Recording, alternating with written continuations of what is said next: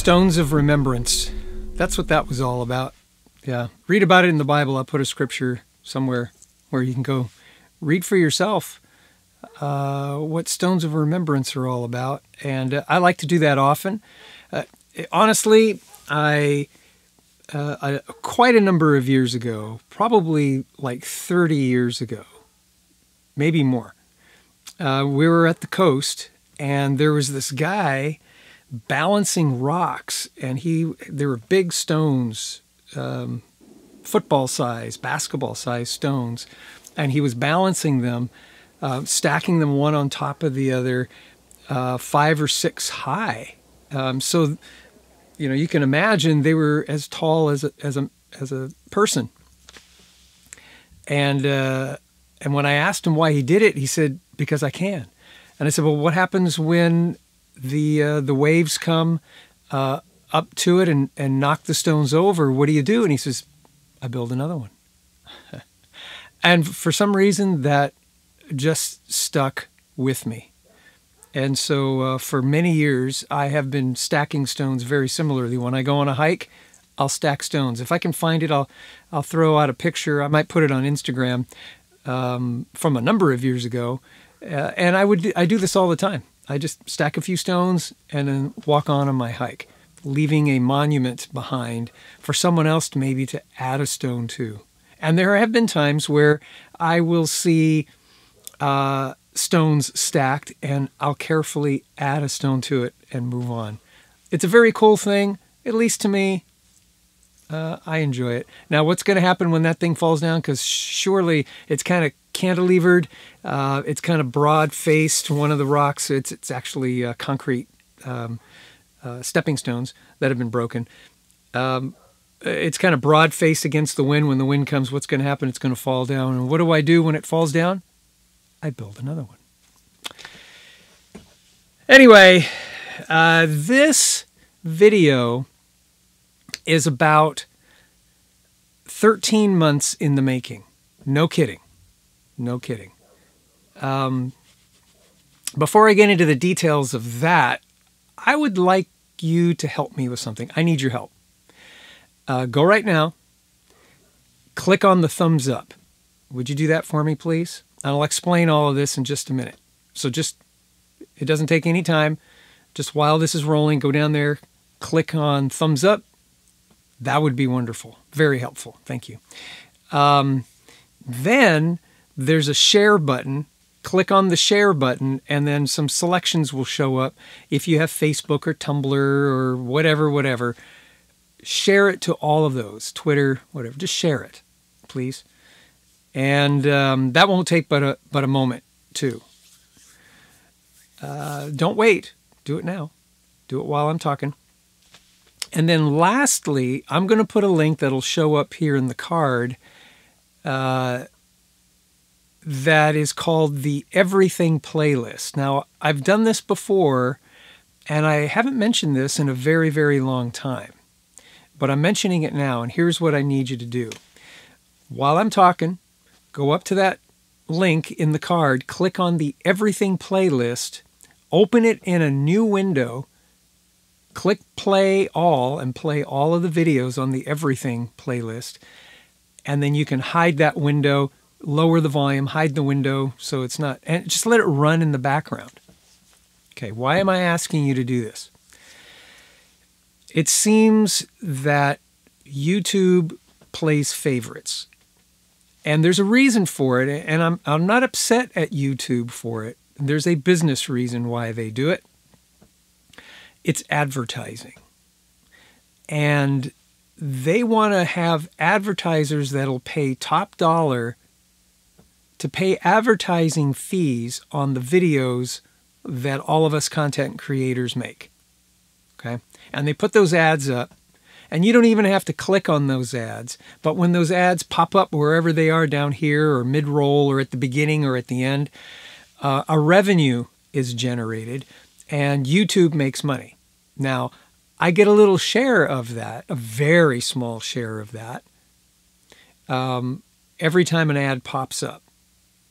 The thing is, if my videos aren't interesting enough to YouTube or to the YouTube algorithm for a number of reasons. One, I'm called the shooting guy, and there's a reason for that. And because that kind of content, and we're going to talk a little bit about that in my content today, that kind of content is not preferred by the high-paying advertisers. So I get demonetized. I can't put ads, and then I don't get paid. And that's basically how I get paid by showing videos, is from those ads that are running. I don't get a whole lot for it, but every little bit helps.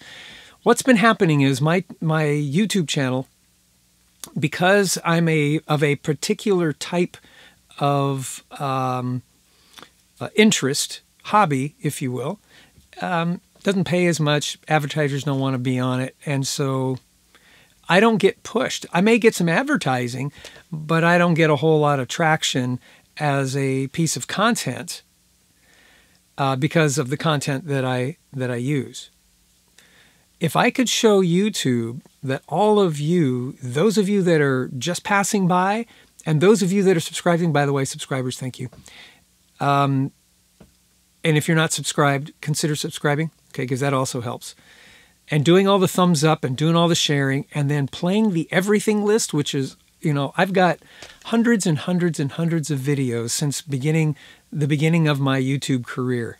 And when you click on that, all of the TSG videos will start to play, and that'll send a message to the algorithm saying, oh, somebody is watching his playlists. Therefore, if I've got eyes on that content, I'll put an advertiser on there. So actually my ranking goes up a little bit, which means I get more advertisement, which means I get more advertising revenue. So does YouTube, which is good for YouTube. And so they do it for a pure business reason. I know you hear a lot of things about they want to squash people that are into the Second Amendment and conservatives and all that. And that may be, but I'm not here to pass judgment on that. What I'm telling you is what I'm experiencing directly.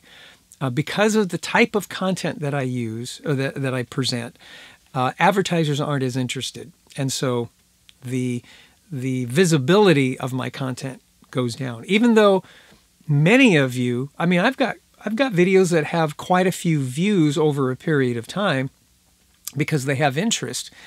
But the channel in itself isn't pushed. If you start watching or playing that playlist in the background, clicking share and all of that stuff, all of a sudden, I know things are going to rise to the top, and it would help me. It really would. It helps inspire me to do more because, like I said at the very beginning, this video is about 13 months in the making. It didn't come all of a sudden. It took a while. And I'm about to show you why. But before that, let me show you this. Use our Amazon link down below. When you do, it helps us out and it doesn't cost you a penny more. And after using the link, save it to your bookmarks so you can have easy access to it in the future. Thank you. Okay, that's another way.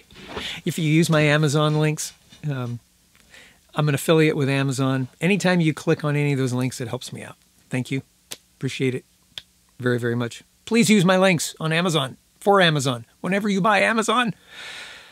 And those of you that have, thank you. You're awesome.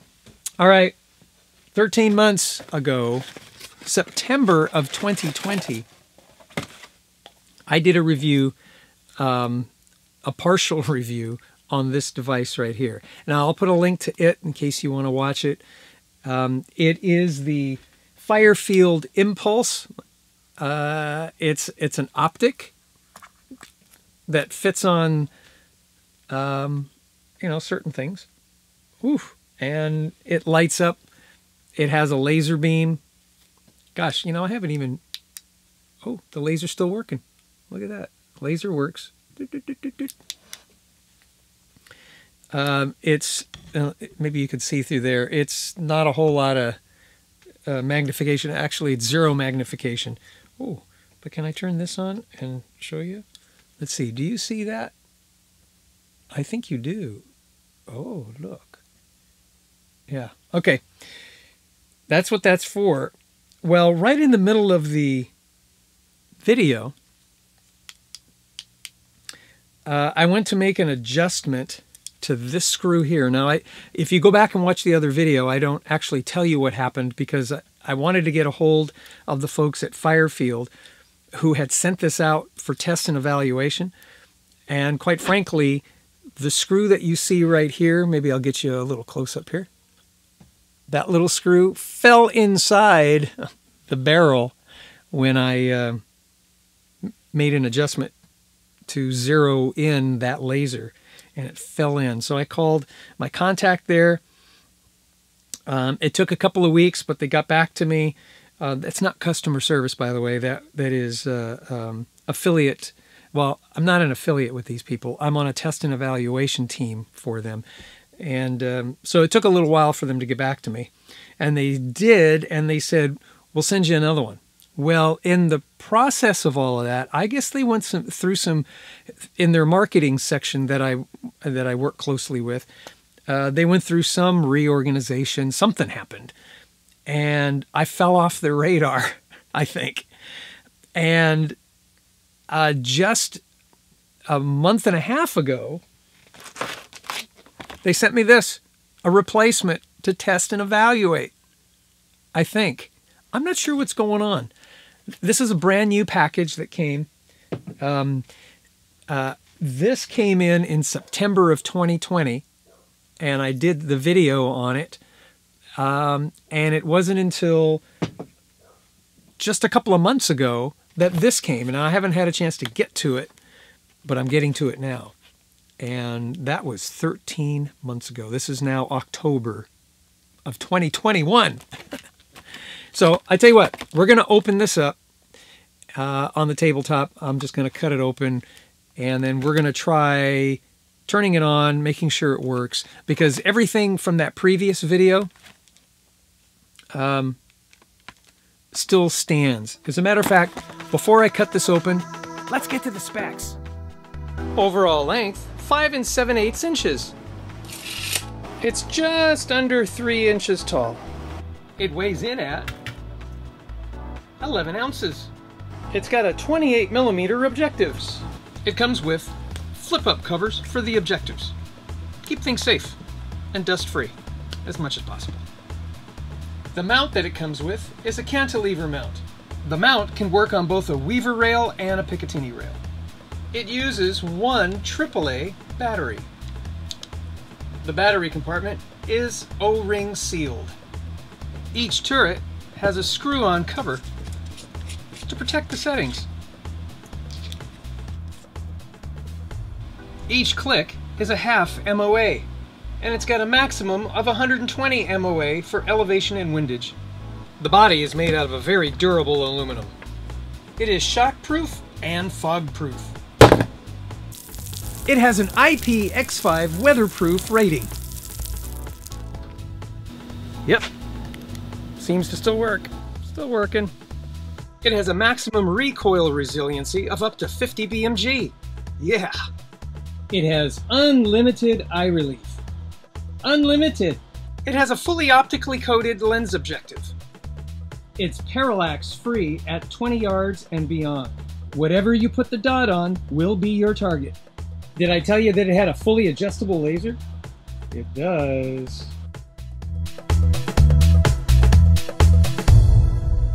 All right, there you go. Oh, before I go any further, nuts. I found this on a walk the other day. Kind of cool. All right.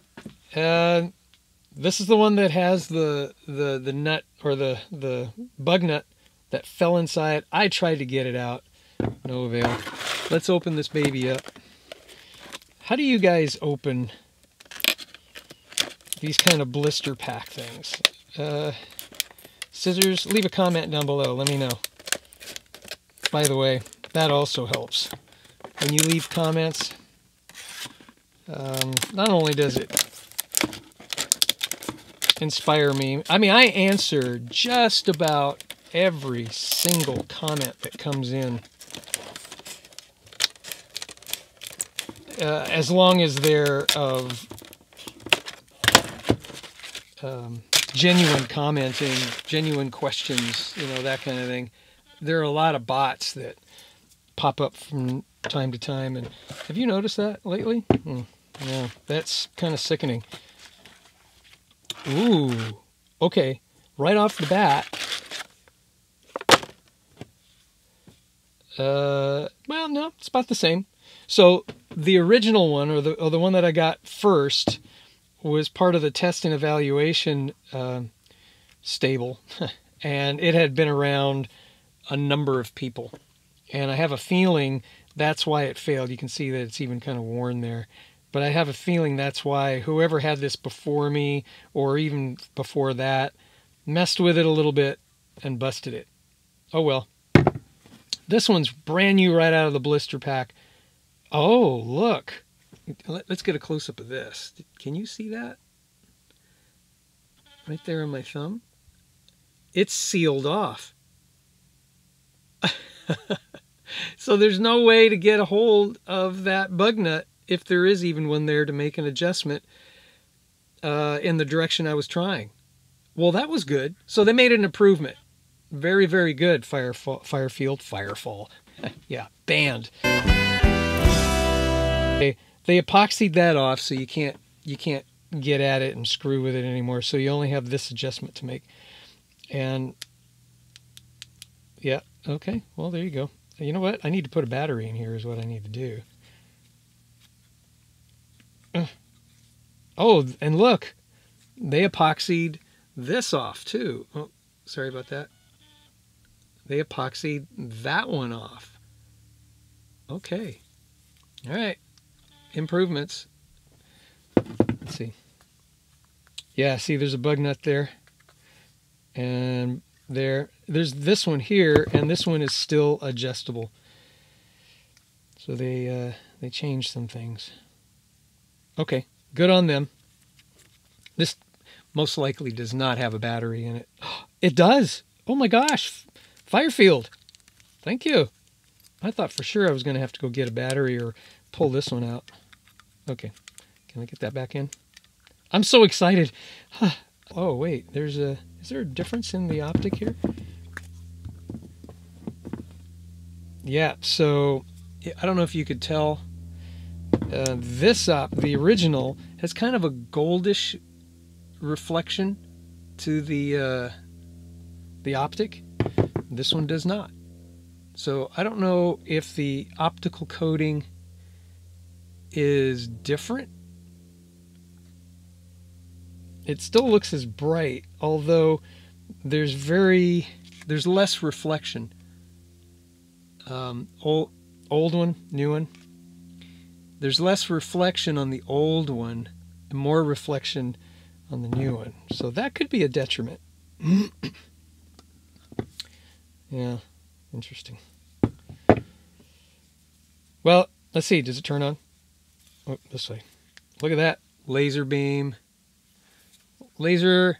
I love my laser pointer. Can we shine that right in there? Does that cause damage? Probably. There you go. Yeah, don't worry. It's not going to hurt you. And then if we turn that on, they have a slightly different, there you go. Is that the same as this one? I think so. So that's the original. Yeah. It's kind of blurry, where the new one is not. I'm going to also note they changed. Oh my gosh, it's quite a bit brighter in there too. They've changed. Oh, sorry about all the defocused. Sorry. This is 0, 1, and then all the way to 11. So this is actually a different model, where this one is 0, 1, 2, 3, 4, 5, and then 0, 1, 2, 3, 4, 5. That's because this one has green. Can you see the green in there? I'm sure you can. Yeah, you can see the green in there. It has green. This one, no green. It's just very, very bright red and very, very dim red.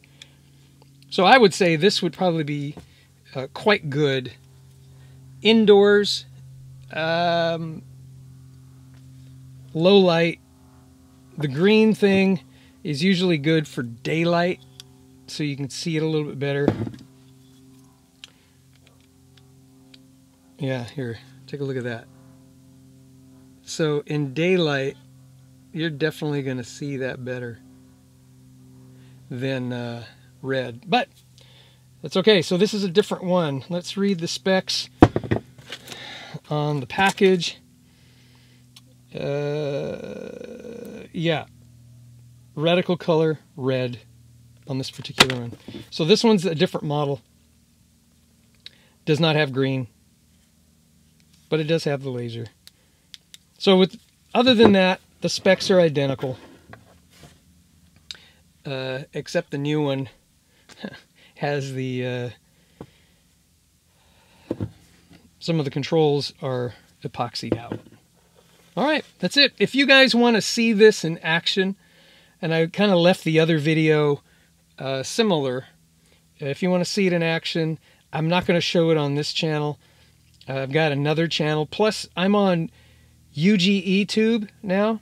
You may want to go over there. I'll leave a link to that channel there. And if you comment on this channel or this video that you are now watching, if you comment on this that you want to see this on a shooting device and in action, I'll take it to the range and we'll play with it, okay? But I'll have to post it on the YouTube thing, or YouTube.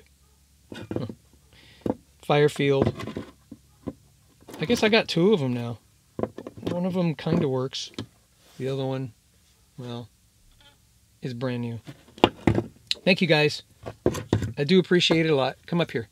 I do appreciate it a lot.